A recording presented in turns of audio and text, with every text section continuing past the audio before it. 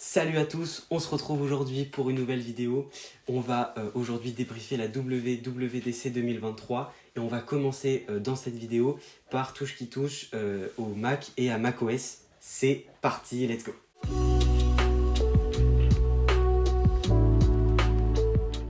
Donc tout d'abord, Apple a commencé cette WWDC 2023 en annonçant des nouveaux Mac et des nouvelles puces aussi. Donc en termes de nouvelles puces, ils ont annoncé la puce M2 Ultra, donc sur le même pattern, sur le même principe que ce qu'ils avaient fait pour les puces M1. Pour là, les M2 c'est la même chose. Donc on a une lignée bien fat de puces M2. Donc nouvelle puce M2 Ultra. On a des nouveaux Mac aussi, un nouveau Mac Studio du coup avec la M2 Max et la M2 Ultra. On a aussi un nouveau MacBook Air et ça c'est bien, un MacBook Air du coup 15 pouces, donc qui passe de 13 pouces à 15 pouces. Et donc ça c'est cool parce que voilà, c'est toujours bien d'avoir un Mac plus grand. Et du coup ce qui fait que ça fait que le prix du MacBook Air 13 pouces il baisse un peu aussi, donc ça c'est une bonne chose. On a aussi eu un nouveau Mac Pro, donc ça c'est les Big Tours aussi, bien puissantes aussi, avec du coup les M2 Ultra. Donc ça je pense que, déjà je pense que cette puce elle est folle, vraiment en termes de puissance, de tout ce que tu veux, c'est une dinguerie. Et mélangé avec tous les composants du Mac Pro par exemple et tout, franchement ça a l'air vraiment d'être fou. Ils ont dit qu'on pouvait monter 24 flux de vidéo 4K en même temps, c'est fou. On peut connecter un Mac Pro à 6 Pro Display XDR, donc c'est assez fou aussi. La M2 Ultra, je pense qu'elle est vraiment... de toute façon, les Apple Silicon, les puces Apple, elles sont assez folles, mais là, ils ont tapé fort. Donc voilà, ces ordinateurs avec donc cette nouvelle puce M2 Ultra sont principalement en fait axés sur tout ce qui est création de contenu, productivité, des choses qui demandent vraiment beaucoup de puissance, donc notamment des métiers de l'image, de la musique. Apple a d'ailleurs pas mal insisté sur ça en présentant des images de gens qui travaillaient sur du montage, qui faisaient de la colorimétrie, qui faisaient de la musique. Donc voilà, c'est vraiment des travails qui demandent énormément de puissance. Pareil pour tout ce qui est retouche 3D ou truc 3D quoi.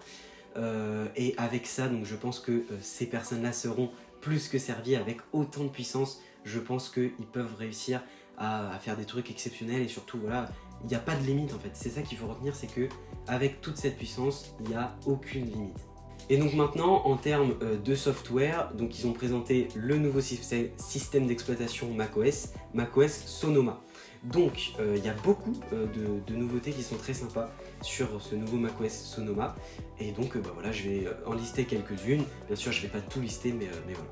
Alors tout d'abord, on peut désormais mettre des widgets sur son bureau. Donc c'est-à-dire qu'on aura une petite bibliothèque de widgets et on pourra les mettre à l'instar comme sur son iPhone par exemple, on pourra les mettre sur son bureau, donc ça c'est cool. Quand on déverrouillera notre Mac, maintenant on pourra avoir des fonds d'écran en slow motion un peu, donc ça c'est vraiment très stylé, des petits backgrounds de paysages comme ça qui bougent en slow motion, c'est cool. Et quand on déverrouille l'ordinateur, ça s'arrêtera progressivement pour arriver sur un fond d'écran classique et qui reste, qui reste. Donc les widgets sur le bureau, ils seront assez discrets, on pourra les placer un peu où on veut. Et aussi quand on ouvrira une page du coup, les widgets seront un petit peu en transparence pour pas que voilà, pour qu'on puisse quand même bien voir la page qu'on consulte. Ces nouveaux widgets donc, seront interactifs aussi, comme sur iOS et sur iPadOS par exemple. Donc voilà, ça c'est bien, on ne sera plus besoin de cliquer sur le widget qui nous amènera dans l'application du widget. On pourra directement, par exemple, si on a un widget de rappel, cliquer sur un rappel qu'on a effectué. Donc ça c'est cool. Il y a des nouveautés aussi en ce qui concerne le gaming, donc il y a des meilleures performances sur tout ce qui est gaming.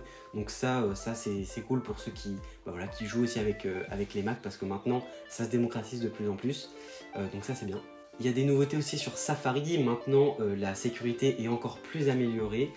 On peut partager ses mots de passe avec ses proches aussi. Donc ses proches qui sont très proches, voilà, on ne va pas partager nos mots de passe avec tout le monde, mais on peut partager donc nos mots de passe avec notre famille, donc ça c'est bien.